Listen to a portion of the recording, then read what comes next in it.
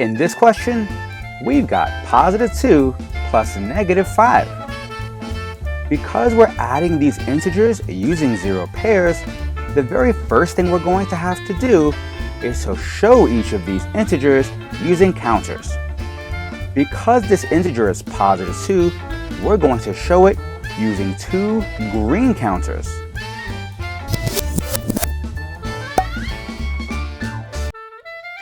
And because this integer is -5, we're going to show it using 5 red counters.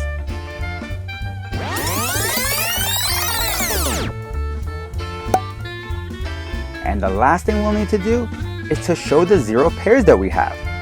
And a zero pair is made by taking a pair of counters where one is green and one is red, because that's like saying +1 plus -1 equals 0. So we have a zero pair here, which cancels out to make 0, and a zero pair here,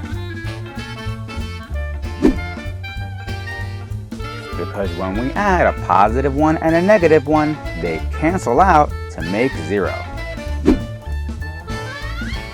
Since we have no more zero pairs, the counters that we're left with is our final answer. We're left with red counters, which means our answer is negative. And since there's 1, 2, 3 red counters, the answer to 2 plus -5 is -3.